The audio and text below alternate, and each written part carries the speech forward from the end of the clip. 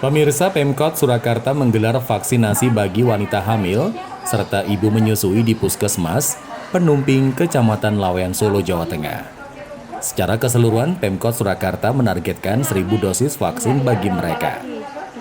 Sementara hari pertama di Puskesmas Penumping, pemberian suntikan vaksin dosis pertama ini berlangsung bagi puluhan orang.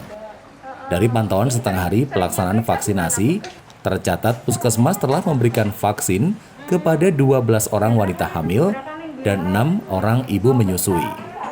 Para ibu-ibu tersebut menyambut antusias vaksinasi ini sebagai bagian dari upaya melawan pandemi COVID-19. Salah satunya Ika Putri yang tengah mengandung dengan usia kandungan 31 minggu. Cukup lancar dan insya Allah baik. Tadi juga udah ditanya-tanya detail sebelum bisa divaksin itu apakah kita mempunyai keluhan-keluhan. Soalnya kan pada saat hamil kadang memang ada beberapa kasus bengkak dan lain-lain dan itu mungkin tidak baik untuk ibu hamil. Ya screeningnya cukup detail, jadi ya saya harap hasilnya cukup baik lah.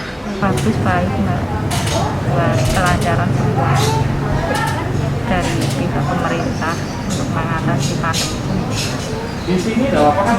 Ayu ibu-ibu hamil dan remaja ataupun lainnya untuk dapat vaksin biar dapat menanggulangi masa pandemi.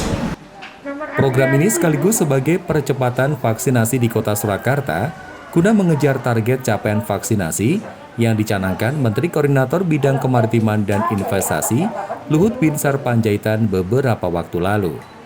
Capaian vaksinasi wilayah aglomerasi Solo Raya ditarget rampung 75% pada akhir Agustus 2021.